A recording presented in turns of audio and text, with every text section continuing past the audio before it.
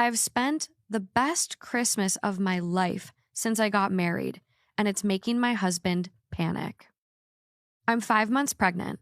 When I found out about my pregnancy, my husband's nephew punched me hard in my stomach. Sister-in-law said it was a bit of a phase, but then Christmas came, and mother-in-law called to say that the phase was still going on, and since they didn't want any accidents, that I should stay home this time.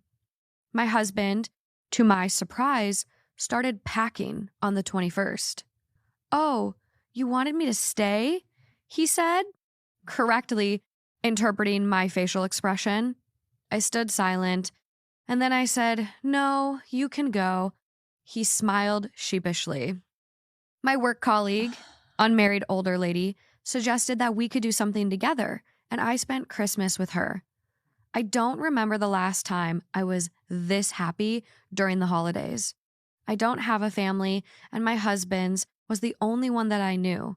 And for the past 15 years, I've endured my passive-aggressive alcoholic father-in-law, my pretentious mother-in-law, and golden child sister-in-law who peaked in high school and married the jock.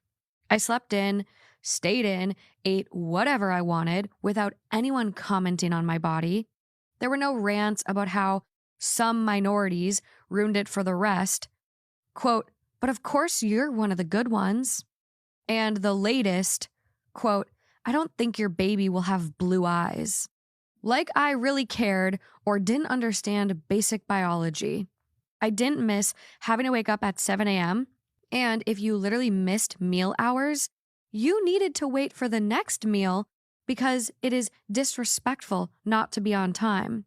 I didn't miss being forced to cook weird food from my home country so they can sniff and wrinkle their noses and call it interesting.